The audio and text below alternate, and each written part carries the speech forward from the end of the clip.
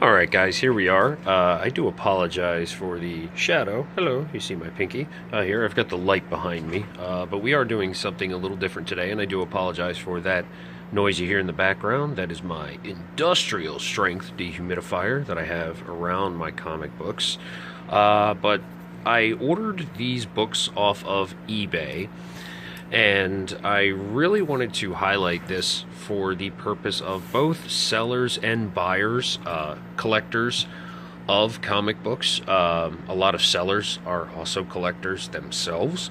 So this video is really designed for anyone who has a vested interest in comic books at all. And I know I'm just showing you cardboard here for a moment. I actually do want to say about this seller, and I'm going to leave them nameless in this video. I'm not trying to call out anybody's business at this time. However, bit of a Star Wars fan, as you may know from the channel, and I do love old Star Wars comic books. Particularly one I really wanted here was the... Let me kind of move out of the way here so you can see that. I hope my voice isn't carrying too far by me moving away. But as you see, I got the king-size annual Star Wars Annual #1 from 1979, among two other books that I wanted to add to my collection here. And, you know, I got Star Wars number 39 as well in that transaction, as well as Return of the Jedi #1. Sorry guys, it's hard to shuffle around the comic books with one hand while I'm recording this. But, so I'll show you these really quick. There we go. I got the Star Wars Annual #1 from 1979. Very cool book. And part of the reason I'm talking about this today is because the seller on eBay listed this with a raw grade of 9.8. Now, this book is from 1979, so right away I was definitely skeptical of that grade, but we're going to get back to that in a second. Let me just show you the other books I got here, but this book in particular is going to be our main focus. But I also got here Star Wars number 39, the first part of The Empire Strikes Back, and I loved this Darth Vader cover. And I have a tendency, I do actually read these books, but they stay in whatever reading condition they had been in previously, because I basically, any older book like this, I will grade it and read it at the same time. So it lays flat. I'm handling the pages very well with very clean hands, if not white-gloved hands. Sorry for the shoddy camera work here, guys, but yeah. This Marvel comic could be worth $2,500 to you. Only if you guys like, comment, share, and subscribe, and I get like 1 million hits on this thing and 1,000 subscribers and get to start monetizing again. So help me out there. Do that for me. But we'll set that aside. And I also got Return of the Jedi #1. I handle these things like they're so fragile, because that is how you should handle them. Excess tape there. It's actually, it wasn't too bad. I can tell you so many times I've bought comic books off of eBay, and whew, sometimes there are folks, you know what, guys, give me 1 second here. This is the way this camera's coming through. It's really bothering me. Give me a second. It's going to look weird here for a moment, but there we go. I had to get that case off. That was driving me crazy. I didn't like the way that was coming off, and I had to keep holding it weird. Okay, so I also got Return of the Jedi #1, and a lot of eBay sellers have had a tendency to put way too much tape, and it's fantastic that you're showing such an interest in getting everything there safe and secure and to not want it to move around, but don't also make it hard on the collector to actually remove it without damaging it. Bad idea. But look, this one here, this is also in beautiful condition. I got all 3 of these from the same seller, and these are comic books I collect everything and anything Slave Leia. Especially now that Disney owns her. don't be surprised that she gets harder and harder and harder to find. I'm surprised there's still certain Slave Leia things in existence, but you know, they're definitely not making any new Slave Leia merchandise because, as our awesome friends in the Fandom Menace have broadcast, we have a greater understanding of George Lucas getting residuals from original trilogy stuff. So they want to kill this off as much as they can. But I got that one there. Set that aside here, and we're just going to remove the cardboard mailer. But like I said, this actually was well packaged. I was not disappointed in the packaging. But we're going to go back to the Star Wars Annual #1 here. And the reason I bring this one to attention, now these comic books were listed at 9.6 or 9.8. I found that to be butt-kiss before I even bought it. However, the seller has over 26,000 positive feedbacks with a 99.9% positive rate. So I felt that, and me actually, you know, guys, let me show it to you here real quick. Those who know anything about comic books or want to know about comic books know you must own a copy of the Overstreet Guide to Grading Comics. And you got that curled page because it's flipped through all the time. This is the definitive thing on grading comics. And a 9.8 is a near mint, a near flawless piece of art. Here we go. This will look a little bit better for the video. A 9.8 is a flawless piece of art. Now, don't get me wrong, and you can even tell from this video, this is a very sharp-looking book. And what I figured when I got these books being graded at 9.8, I presumed that with such a good seller rating, and, you know, let's be honest, most folks don't know about proper grading, that I would get it back and I would go through it and grade it and find it to be somewhere in the range of 9.4 to 9.6. Still a nice near mint copy. I was expecting probably closer to the 9.4 range due to it being from 1979. Same year I was born. This comic is the same age as I am. It is 40 years old. So I figured 9.4, I would pay the price that I paid for this book at 9.4. So I was happy with that. But if you will indulge me 1 second, and I hate for the screen to go blank like this, in editing I will pop up my logo for you so it doesn't look bad.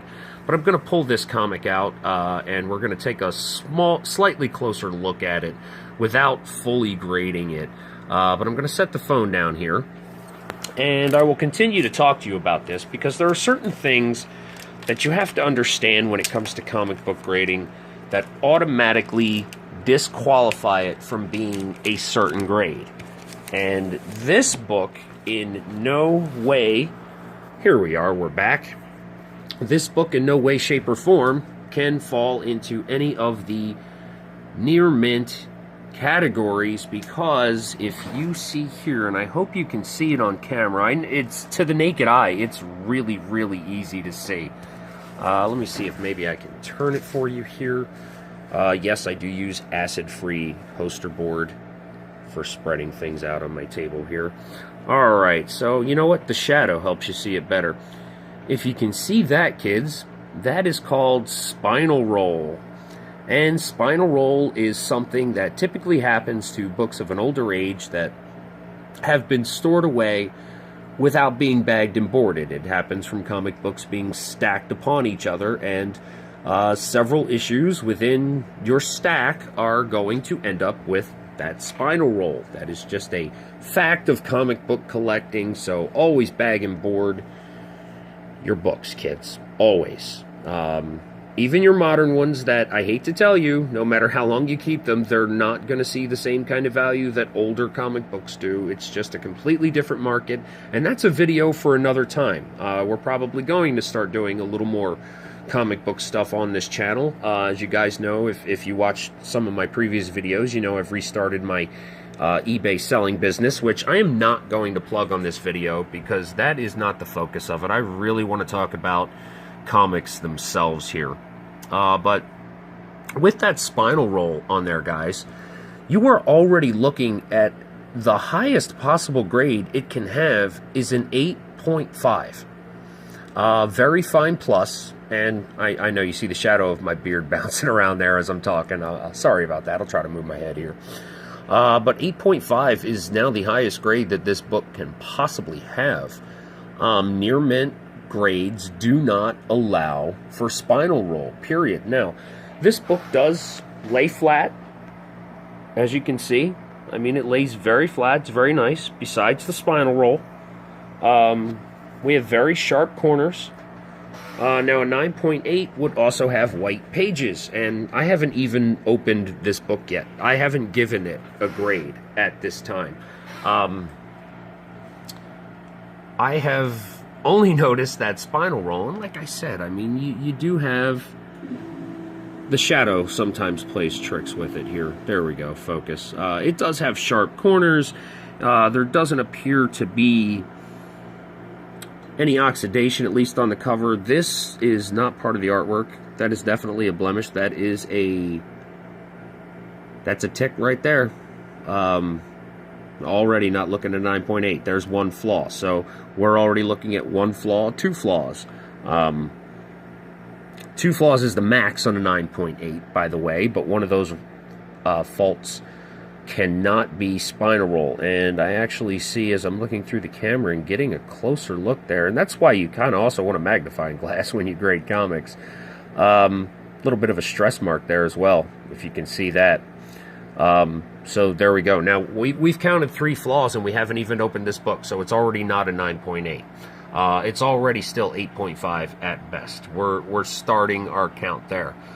So what I'm going to do, guys, I'm going to put this video on hold for a moment. I know we're already at the 12-minute mark, but I'd love for you to continue to indulge me. It's impossible for me to sit here and grade a comic book and hold my cell phone camera at the same time. So I'm going to go ahead and grade this comic book. I'm going to count the flaws. If there's any that really stand out, I'll get them back on video. But we will be right back. Hold on just one moment for us here. Alright, so we are back here, and guys, I have added up a total of 10 flaws that I count, a total of 10 minor flaws.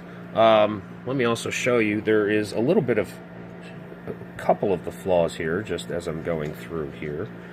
If you can see in the light, I've got some chipping here.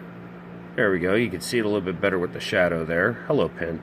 So yeah, got a little bit of chipping there, and it actually kind of runs through the pages very slightly. We have some, where was it? Right there. A little bit of wear from the staple. I don't know if you can see that on the cover, but if we turn this over and go to the back cover, remember, kids, you always have to do your back covers too. Yeah, you see that? Pretty plain as day. And that's one of our 10 flaws. Remember, and we got it down here on this staple mark as well. Now, there's really no staple pull, which is brilliant. I mean, after going through this, I can see it's an unread book, but it certainly has its flaws. Manufacturing flaws are flaws. It was printed on old-style newspaper print paper. These things were not meant to last. Flaws will happen over time if not properly preserved. So even though this is an unread book, we are already looking at it not being near mint. And we're going to go ahead, I'm going to slide this aside here, and I want to show you guys, we're going to give this a full grade here right now after I went through. So we're talking about 10 flaws, and I might be a little harsh on one or two of the things, but we're going to go to the grading guide here, and 10 flaws, maximum 10 is allowed on fine, very fine. All right, 10, excuse me, you have 11 maximum allowed on fine plus. So this book is really, now I would say 10, and maybe I'm being a little harsh, so you know what, just maybe counting something as 2 flaws when it can really be seen as 1. Look, I'm going to go ahead and knock it down to 9 flaws, all right? For the sake of argument, we're going to knock it down to 9 flaws. Now, if we look at the number 9, the maximum allowed, No particular grade has a max 9, but there is the max 10. So we're going to grade it at the max 10, not the max 11. And we're going to call that fine, very fine. And as you flip through your grading guide here, it will tell you that fine, very fine, very fine, 7.0. 7.0 is a very fine book. The pages are cream to off-white, definitely more on the cream side. Moderate color break allowed, slight roll, spinal roll allowed. It fits in this grade. Minor foxing, which there is. There's no cover creases, which is actually very nice. I mean, it's a nice cover besides where it's... and it's got definitely a very nice reflectiveness to it, which is exactly what you want to look for in a cover. Now, don't get me wrong. This is still a nice displayable copy, and I'm still happy that I bought it, but I am not giving this guy a positive review. I'm just not going to give him a review at all. I don't want to give him a negative review. When he's got 26,000 positive reviews, my one negative review is just probably not going to do it. Yes, no acid odor. I mean, so don't get me wrong, it's not like it was stored in someone's basement in a shoebox. But it's still, by the very definition of the grade, it's a 7.0 because it has so many minor little flaws. And it was advertised at 9.8. Am I still happy with a 7.0 copy for what I paid for it? Yes. And that's one of the reasons I'm not going to go out of my way to make a negative review for this seller or mention their name here on this video.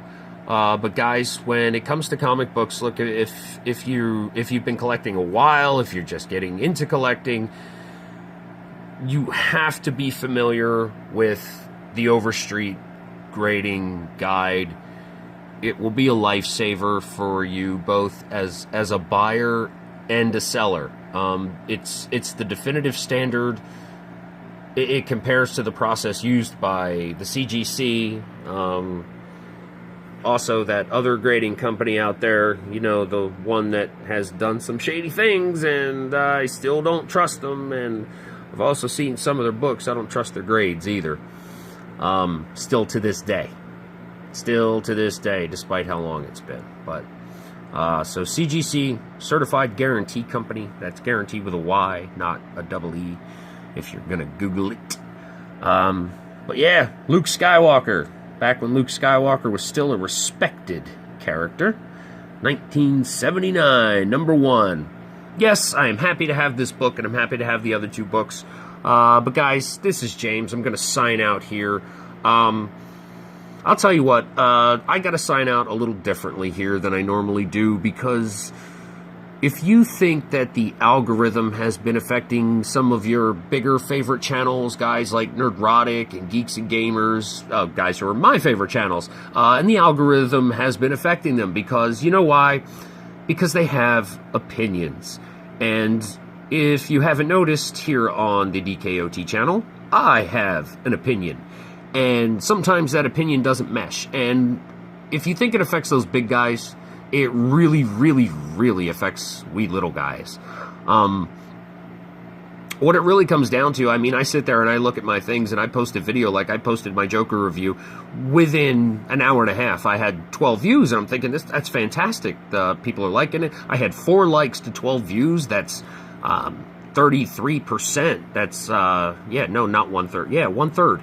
So 1/3 of the people that viewed the video took the time to give me a like. That's like unheard of. And I mean, I know that on a smaller scale or on a larger scale, it wouldn't keep up at that rate, but I felt kind of proud of that. And then all of a sudden, for the past 2 days, it's gotten 0 views.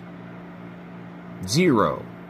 So in an hour and a half, I just kicked off, bam, 12, and then 4 out of the 12 people who liked it, or 4 out of the 12 people who watched it liked it. But I know I'm using the Star Wars thing here as background.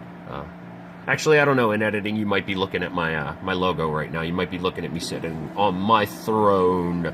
But yeah, guys. So please, the best thing you can do for this channel is to like, to comment, to subscribe, to share these videos. I actually noticed, and I want to thank some of you if you are watching this video, I've noticed that some of my videos have been shared, and they've been shared quite a bit, especially some of my Skyrim mods reviews, which I do have a couple of those coming up, two very specific ones. I already have all of the footage recorded, well, except for the one. So I have 1.5 footage recorded, but they're going to be coming out within the next few weeks. I do want to, those are like long-term videos for me, things that I put out there to stay out there in the long term, not today's news is. So I'm going to take my time, and I want to make sure those videos are done right and look professional before I release them to you.